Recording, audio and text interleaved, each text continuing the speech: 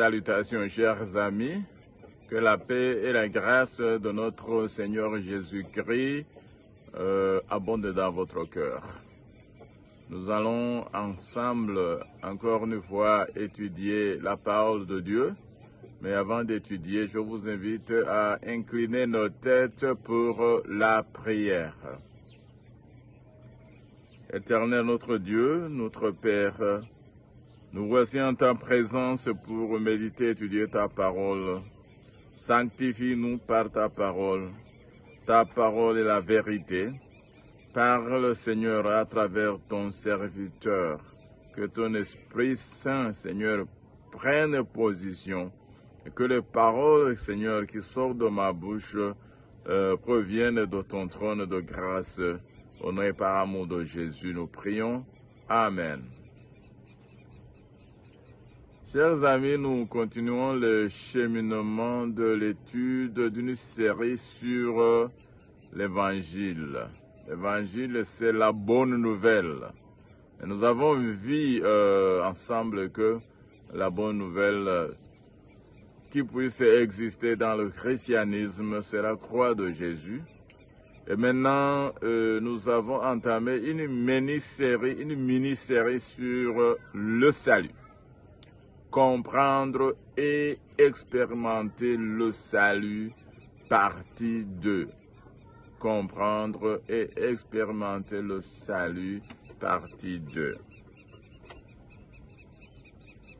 Nous allons commencer cette réflexion en lisant un texte de la Bible très spécial.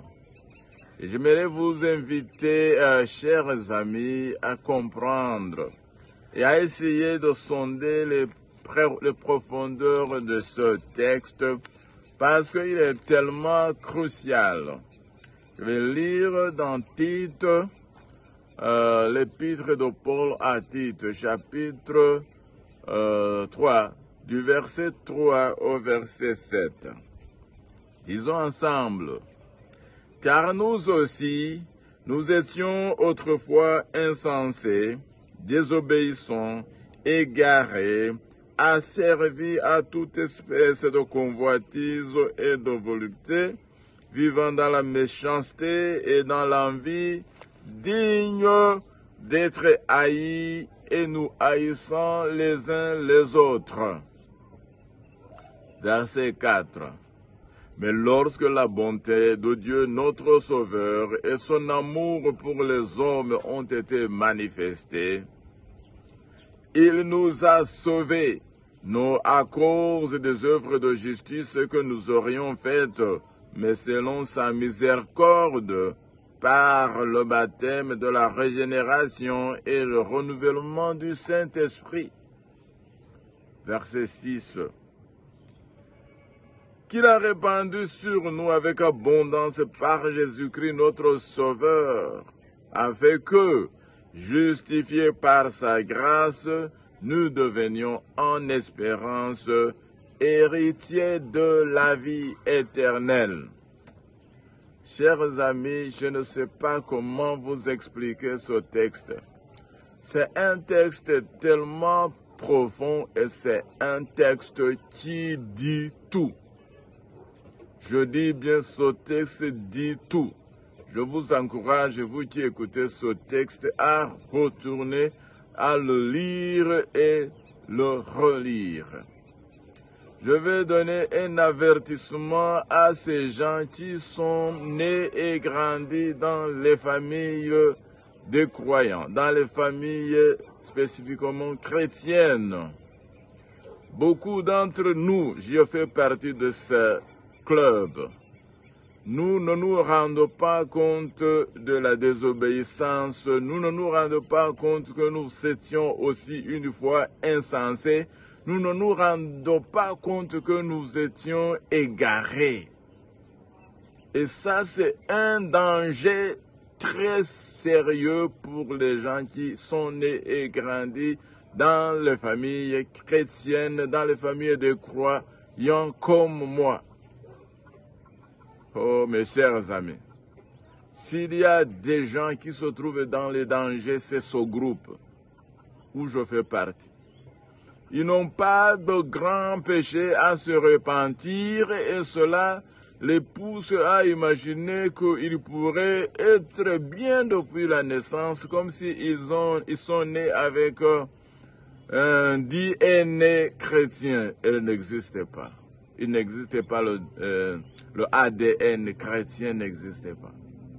Et donc, mes chers amis, tant nous que les autres qui sont grandis peut-être dans des maisons de prostituées, dans des maisons de voleurs, dans des maisons de personnes tellement méchantes, nous sommes tous au même pied d'égalité, en besoin du salut, et nous n'avons, je parle de nous qui sommes grandis dans des familles de croyants, nous n'avons aucun avantage sur ceux qui sont nés dans des maisons ou ceux qui ont grandi dans des familles où le péché coule à bon marché. Non, mes chers amis, nous tous, comme Paul vient l'exprimer, grecs, juifs, gentils et juifs, ont tous besoin du salut sans distinction et il n'y a aucun avantage pour un groupe. Donc, mes chers amis, lorsque la bonté de Dieu, notre Sauveur, et son amour pour les hommes ont été manifestés, et bonne nouvelle, il nous a sauvés, et je souligne ici, il nous a sauvés, non à cause des œuvres de justice que nous aurions faites, non à cause des belles familles ou de bonnes familles où nous étions grandis.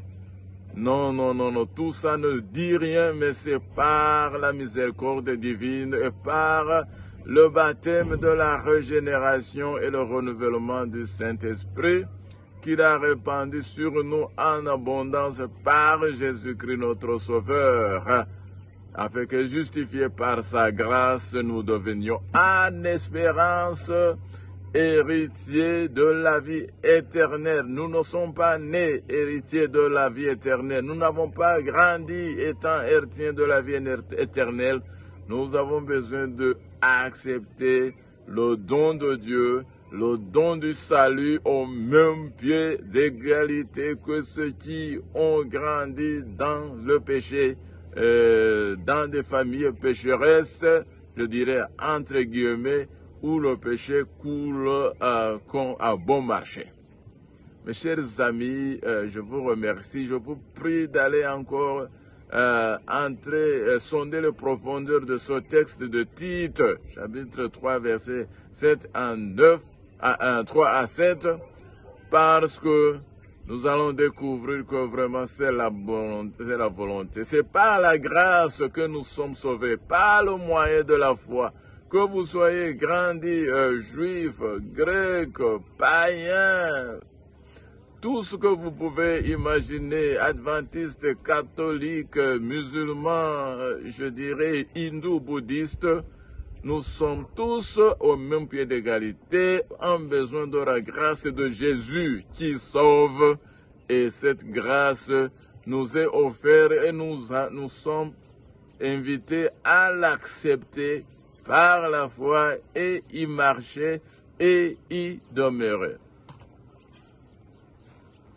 Maintenant, nous allons retourner et évaluer maintenant comment le salut est expérimenté et comment nous pouvons vivre ce salut qui, de temps en temps, il nous est difficile à expliquer, non pas parce que il n'existe pas, mais parce que peut-être nous ne l'avons pas compris. Et quand nous ne l'avons pas compris, il y a des problèmes. Comprendre et expérimenter le salut, c'est notre étude. Vous savez, je vais aller vers l'analogie que a fait Paul. La loi ou le principe du corps exige que nous vivions entièrement sous l'autorité et la dépendance de la tête qui est bien le Christ, tel que Éphésiens 5, 23 ou Colossiens chapitre 1, 18 nous diront, parce que dans Colossiens, il est il est vraiment clair. Il est dit que Jésus-Christ est la tête du corps de l'Église. En d'autres termes, tout comme les différents membres du corps humain sont sous le contrôle total de la tête, aussi consciemment que inconsciemment, nous devons également, en tant que chrétiens, être sous le contrôle total du Christ. Tout ce qui s'en écarte est en contradiction avec le plan du salut. Donc, chers amis, si vous êtes maintenant croyants, si vous avez accepté le Christ, eh bien, comme il nous est dit encore, marchez en lui comme vous l'avez accepté. Et la chose que nous pouvons faire, c'est nous placer sous la coordination de Christ, qui lui est la tête. J'imagine les membres du corps qui commenceraient à désobéir les ordres de la tête. Comment ce corps pourrait-il fonctionner, mes chers amis? Eh bien, selon le texte de 1 Corinthiens 12, verset 14 jusqu'à 25, que nous n'allons pas lire ici, si tous les chrétiens se soumettaient à cette vérité, l'Église serait naturellement ou sans aucun effort humain parfaitement unie et démontrant la vie du Christ, parce qu'elle est soumise, c'est Christ qui est la tête. Pour reprendre l'illustration de Paul concernant le corps humain, nous savons que la raison pour laquelle il y a une coordination et une unité parfaite dans le corps humain est qu'il ne fait rien de lui-même, mais vit entièrement sous la direction ou la dépendance de la tête, du cerveau. De même, l'Église, en tant que corps corporatif du Christ, connaîtra une unité et une coordination similaires lorsque les différents membres du corps qui comprennent les croyants individuels ne feront rien en eux-mêmes, mais vivront entièrement sous la direction du Christ seul. Mes chers amis, ça c'est quelque chose qu'il nous faut expérimenter. Comment puis-je aujourd'hui me placer sous la direction complète et parfaite du Christ? Comment notre Église aujourd'hui pourrait se placer sous la coordination complète de Christ si nous pouvons accepter cela?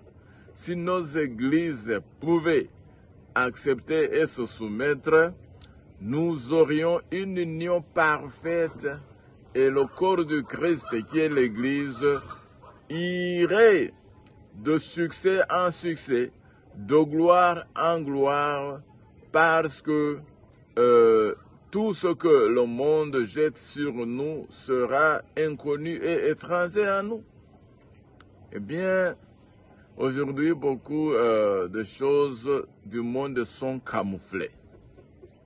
De sorte que même les chrétiens ne sont plus conscients du fait que le monde entier est sous l'emprise du malin. Eh bien, qu'est-ce que j'ai dit? Le monde entier est sous l'emprise du malin. Où est-ce que je tire ça?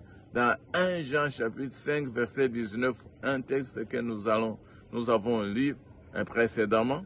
Je t'encourage à aller le lire encore. Tu vas découvrir que le monde se trouve dans les griffes du diable. Et par conséquent, les chrétiens aussi sont pris au dépourvu.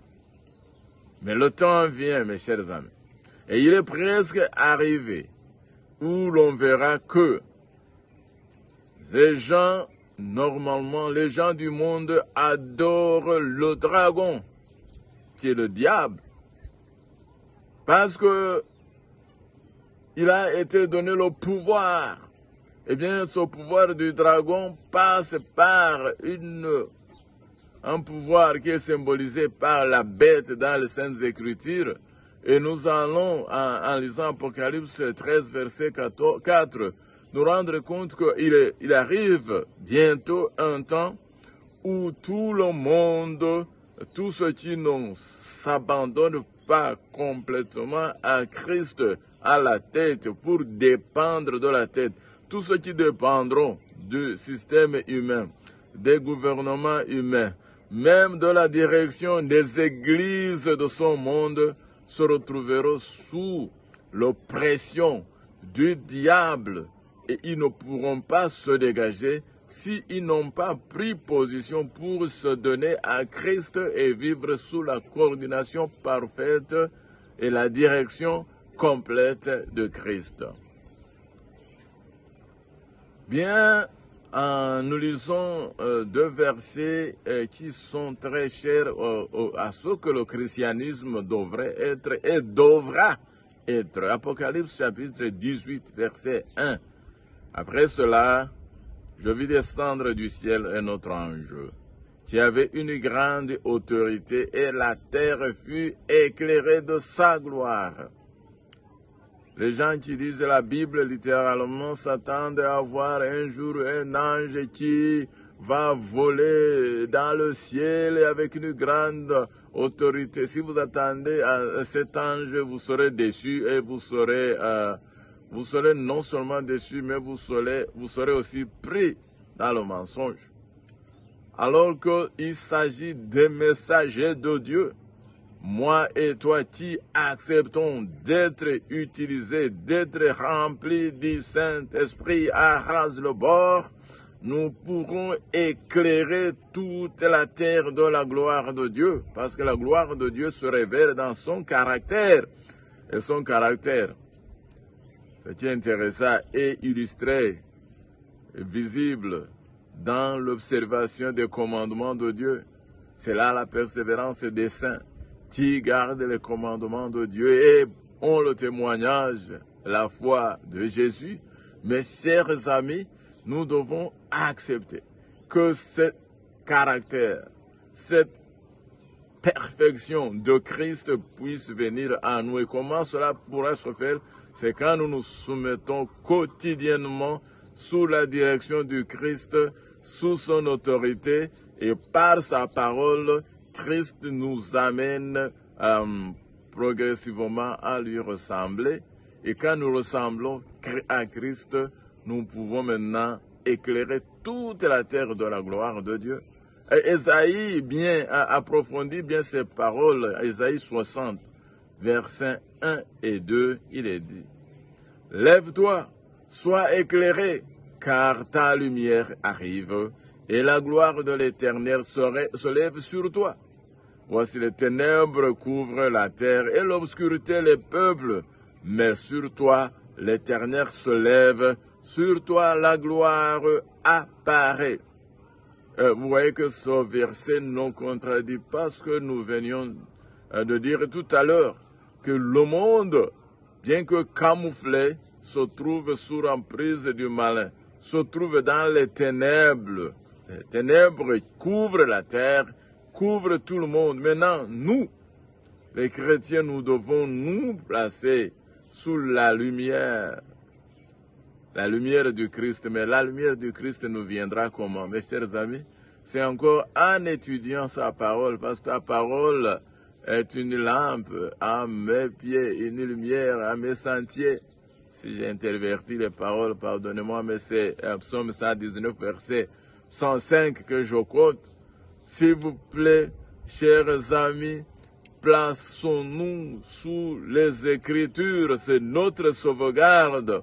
Si on nous raconte des histoires, aujourd'hui, beaucoup de gens racontent les histoires au lieu d'enseigner la parole de Dieu.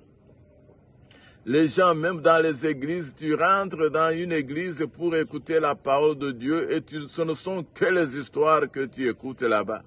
Et beaucoup de gens aiment les histoires au lieu d'aimer la vérité. Et quand vous n'avez pas aimé la vérité, si la vérité biblique n'est pas votre petit déjeuner, n'est pas votre déjeuner, n'est pas votre dîner, vous allez vous retrouver avec des fables inventées, mais avec intelligence, et qui semblent utiliser la parole de Dieu, mais en fait, les gens utilisent la parole de Dieu pour dire ce qu'ils veulent, et beaucoup de gens sont piégés. Donc, nous devons vraiment nous soumettre à la coordination de la tête qui est Christ, et Christ va nous éclairer par sa parole, et si sa parole nous éclaire comme il faut, alors, mes chers amis, nous serons aussi à notre tour éclairer le monde, et la gloire de Dieu paraîtra sur nous, et le monde qui est dans les ténèbres verra qu'ils ont trahi le Seigneur. À ce moment-là, alors, la terre sera éclairée par la gloire de Dieu à travers l'Église. C'est cette démonstration qui doit avoir lieu avant que le Christ puisse revenir. Le monde aujourd'hui est effectivement mûr pour la fin, mais malheureusement, l'Église ne l'est pas. Et Dieu attend patiemment que son peuple se répande et cherche sa face de tout son cœur. C'est pourquoi le véritable évangile doit être restauré de toute urgence auprès du peuple de Dieu, afin qu'il devienne réellement la puissance de Dieu qui apporte le salut pour tous les hommes. Mes chers amis, pourquoi l'Église n'est pas prête? Parce qu'elle est tombée dans le monde. Et le monde avec son camouflage, et le monde avec ses richesses, et le monde avec ses différentes attractions, beaucoup de chrétiens, parce que nous sommes dans le monde. Et Jésus-Christ a dit, je ne prie pas que tu les ôtes de le monde, mais tu les gardes du malin. Eh bien, malheureusement, comme nous sommes dans le monde, la plupart des chrétiens sont pris dans les griffes du malin. Et malheureusement, ils croient qu'ils sont chrétiens alors qu'ils se sont déjà arrangés du côté de l'ennemi. Et le temps où ils se rendraient compte qu'ils sont sous le côté de l'ennemi, malheureusement, ça sera plus tard, ça sera même trop tard. Mes chers amis, chers croyants, réveillons-nous aujourd'hui. Demandons-nous, suis-je vraiment sous la direction complète de Christ?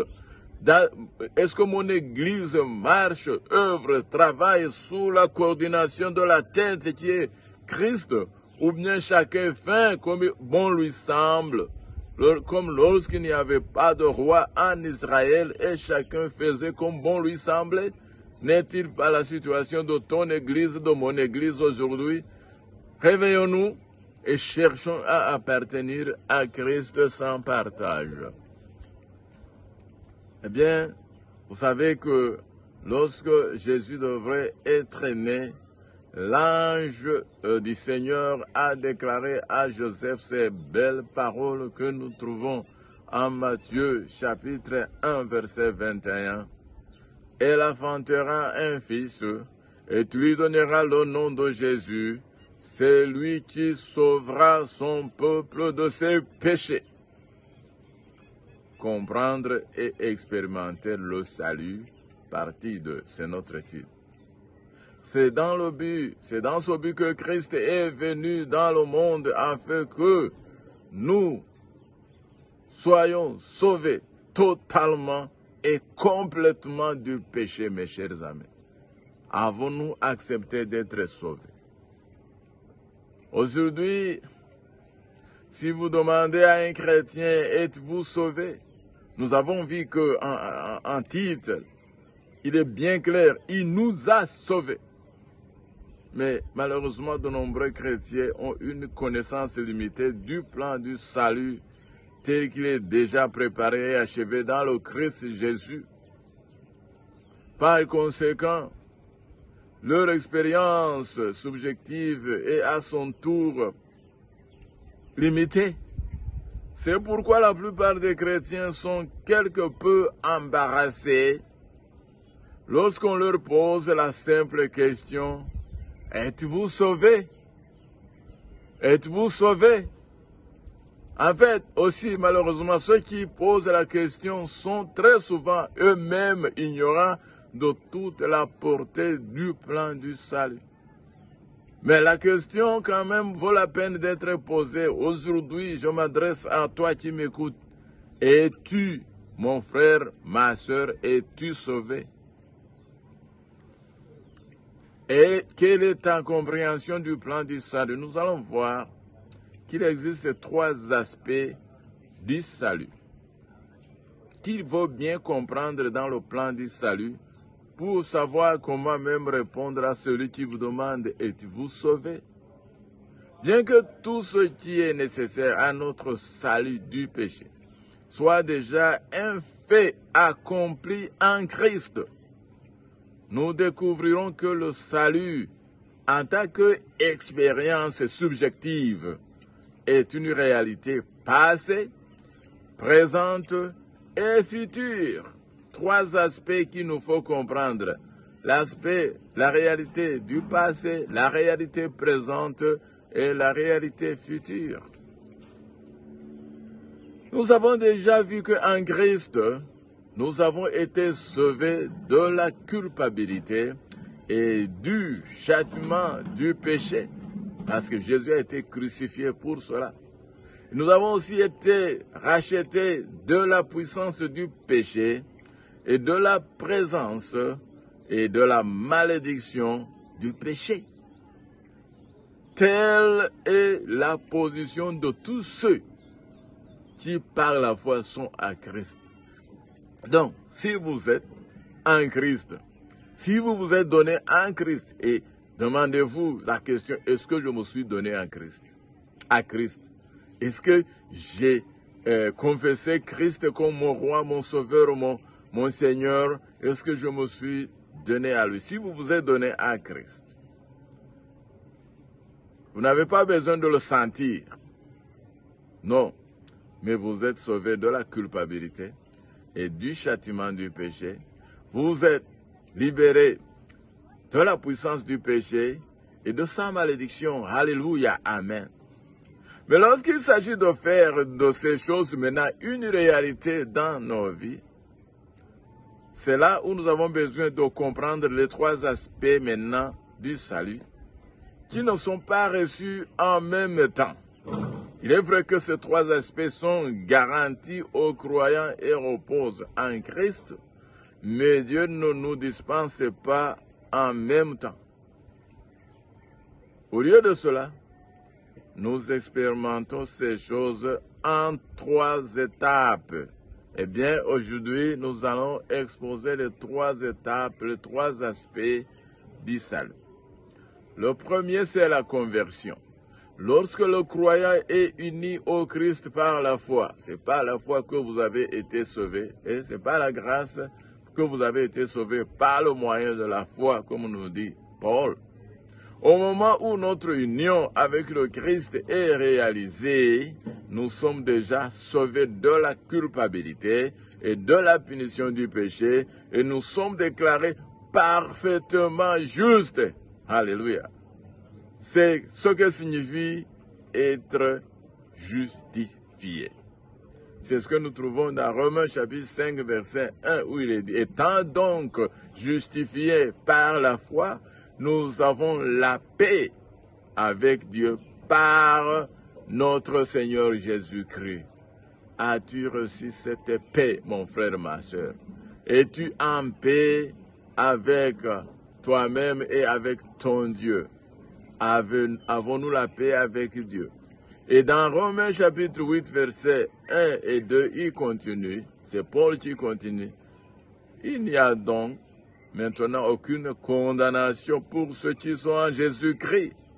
En effet, la loi de l'esprit de vie en Jésus-Christ m'a affranchi de la loi du péché et de la mort. Ça, c'est la première étape, c'est la justification. Es-tu, mon frère, et as-tu passé par là, ou bien tu as passé par les sentiers détournés, comme ces gens qui sont nés et grandis dans l'église, ou bien comme ces gens qui sont venus, on les a dit qu'il faut observer les commandements pour être sauvés. Il faut donner des offrandes pour être sauvé. Il faut chanter dans la chorale pour être sauvé. Et les gens se jettent dans les activités de l'Église et ils se croient sauvés alors qu'ils n'ont même pas accepté d'être unis au Christ par la foi. Mes chers amis, avons-nous été justifiés? Avons-nous été pardonnés de nos anciens péchés? Avons-nous été lavés de la culpabilité et de la punition du péché? Sommes-nous libres de toute son emprise? Mes chers amis, soyons certains que si nous avons accepté Jésus-Christ par la foi, que son sang nous purifie et que nous sommes maintenant, il n'y a aucune condamnation sur nous parce que en Jésus-Christ, nous avons été réconciliés avec Dieu et nous avons été affranchis de la loi du péché et de la mort. Alléluia, gloire à Dieu. Ça, c'est la première étape du salut qui nous parvient lorsque nous sommes justifiés ou autrement dit à notre conversion. Je vous demande, êtes-vous converti? Avez-vous donné votre vie sans partage à Jésus? Avez accepté de vivre sous sa dépendance, sous sa coordination, sous son guide? Ou bien vous êtes guidé par votre parent, ou bien vous êtes guidé par votre coach, ou bien vous êtes guidé par votre église ou par votre pasteur. Non, c'est Christ seul qui est notre guide, mes chers amis. Notre deuxième étape constitue maintenant la sanctification. C'est le deuxième aspect du salut. Cela signifie que nous avons été sauvés expérimentalement de la puissance ou de l'emprise du péché. Il s'agit d'une expérience présente et continue qui doit être réalisée quotidiennement alors que nous continuons à vivre par la foi ou à marcher selon l'Esprit. Dans la deuxième étape de notre salut, que l'on appelle le processus de la sanctification et qui doit se poursuivre aussi longtemps que nous vivrons. En Romains nous dit, parce que nous devons être libérés continuellement de la loi du péché qui vit dans nos membres. Parce que quand nous nous donnons à Jésus, quand nous accordons la place à Jésus dans notre vie, bien, nous avons déclaré la guerre au diable. Et nous avons aussi déclaré la guerre à notre corps. Parce que notre corps ne veut pas être soumis à Jésus-Christ. Notre esprit, notre cerveau, notre intelligence, vous vous rappelez même quand Jésus était à Gethsémane, il a dit que l'esprit veut. L'esprit est disposé, mais le corps est faible. Voilà pourquoi nous devons combattre quotidiennement le bon combat de la foi, saisir la vie éternelle. Voyez, Paul disait qu'il découvre que dans ses membres, ça veut dire dans son corps, il y a la loi du péché qui persiste. Il dit en Romains 7, 22 à 23, « Car je prends plaisir à la loi de Dieu. » C'est l'homme intérieur, donc dans mon esprit. Mais je vois dans mes membres une autre loi qui lutte contre la loi de mon entendement et qui me rend captif de la loi du péché qui est dans mes membres. Et je lutte quotidiennement, je mène ce combat et nous combattons le bon combat jusqu'à la mort. On ne déposera jamais les armes. Il y a ceux qui enseignent que lorsqu'on se donne en Jésus-Christ, tout est fini. Il n'y a plus de combat, il n'y a plus de bataille à livrer. C'est faux. La bataille doit être livrée. Nous avons déclaré la guerre au diable, la guerre à notre corps. Et nous devons continuer le bon combat jusqu'à la mort. Ne lâchons pas. Si vous lâchez, le diable se trouve juste à causer pour vous engloutir. Ensuite, alors, lors du second avènement, tous les croyants seront rachetés ou sauvés de la malédiction et de la présence du péché. Maintenant, quand Jésus vient, c'est la bienheureuse espérance que nous attendons, comme nous le voyons en Tite, chapitre 2, versets 11 à 13, car la grâce de Dieu, source du salut pour tous les hommes, a été manifestée, et de nous enseigner à renoncer à l'impiété et au convoitisme mondain, et à vivre dans le siècle présent selon la sagesse, la justice et la piété, en entendant la bienheureuse espérance et la manifestation de la gloire du grand Dieu et de notre Sauveur Jésus-Christ. Donc, c'est finalement lors de l'apparition de Jésus-Christ sur les nuées, quand il va venir chercher son Église, quand il va venir chercher ceux qui l'attendent, c'est la troisième étape et c'est l'étape complète, ou bien c'est l'étape qui complète notre salut.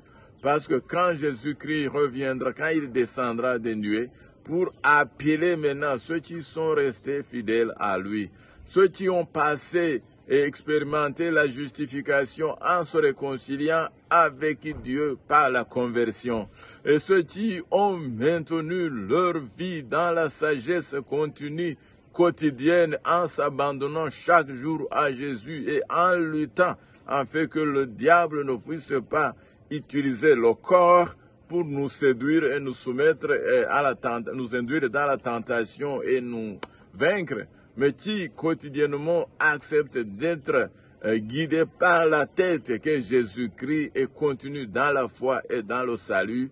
Alors, lorsque Jésus apparaît, c'est la troisième phase de notre salut qui sera consommé, et c'est la phase qui s'appelle la glorification, où la malédiction du péché et la présence du péché seront complètement anéantis et détruits pour toujours, et nous vivrons avec notre Seigneur pour l'éternité. Ainsi, un chrétien peut dire avec confiance qu'il est sauvé d'une part, mais en même temps, il doit confesser qu'il est en train d'être sauvé et il sera sauvé. Le passé, le présent et le futur. Oui, en tant que croyants, nous sommes déjà sauvés de toute condamnation et par conséquent, nous avons la paix avec Dieu, selon Romains chapitre 5, verset 1, chapitre 8, verset 1. Mais en même temps, nous sommes sauvés du péché intérieur, alors que nous continuons à combattre le bon combat, comme nous le trouvons en 1 Timothée chapitre 6, verset 12. Et maintenant, en tant que chrétiens, nous devons non seulement nous réjouir que la vie éternelle et le paradis nous appartiennent, mais quiconque a cette espérance, selon Jean, 1 Jean chapitre 3, verset 3, quiconque a cette espérance en lui se purifie comme lui-même il est pur, mes chers amis. Donc, nous devons vivre avec cette espérance quotidiennement et nous purifier comme lui-même, il est pur. Et enfin, réconfortons-nous et aidons-nous les uns les autres dans une attente de ce glorieux retour, de ce glorieux jour où il apparaîtra pour nous amener dans la maison céleste où nous ferons l'expérience du plein salut qui est offert en Jésus-Christ. Parce que notre salut ne sera pas complet autant que nous n'avons pas atteint la phase ou l'étape de la glorification. Et la glorification, c'est lorsque nous serons translatés de la terre jusque dans les cieux pour vivre avec le Seigneur éternellement. Réjouissons-nous de notre salut, mes chers amis. Eh bien, nous allons nous clôturer par ici et je vous invite, chers frères et sœurs, vraiment à nous donner corps et âme à Jésus. Donc, je dis bien corps et âme. Et cela signifie, parce que certains pensent qu'ils peuvent donner leur âme à Jésus, mais garder leur corps dans le péché. Non. Notre corps, notre âme, notre esprit, tous les trois doivent être unis à aimer et à servir le Seigneur, à l'adorer et aussi à hâter son avènement. Parce que nous voyons que c'est son avènement qui sera la complétude, qui mettra le point sur la perfection du salut. Eh bien, le salut qui nous a été prodigué, qui nous a été proclamé, sera complet lorsque notre Sauveur apparaîtra dans le ciel. Mais en attendant cela, nous sommes sauvés lorsque nous sommes convertis et nous continuons chaque jour à expérimenter le salut. Le salut, non pas par les œuvres, mais c'est par la foi toujours. Parce qu'il y a ceux qui vont penser que maintenant il faut les œuvres. Oui, les œuvres sont pas cause de notre salut. Les œuvres sont conséquences, sont les effets de notre salut. Que Dieu nous aide à expérimenter le salut et à bien l'expliquer et à inviter ceux qui nous entourent aussi à goûter et à savourer des bienfaits que nous avons dans le salut offert en Jésus-Christ. Et ma prière pour vous tous, mes chers amis, au nom de Jésus. Amen.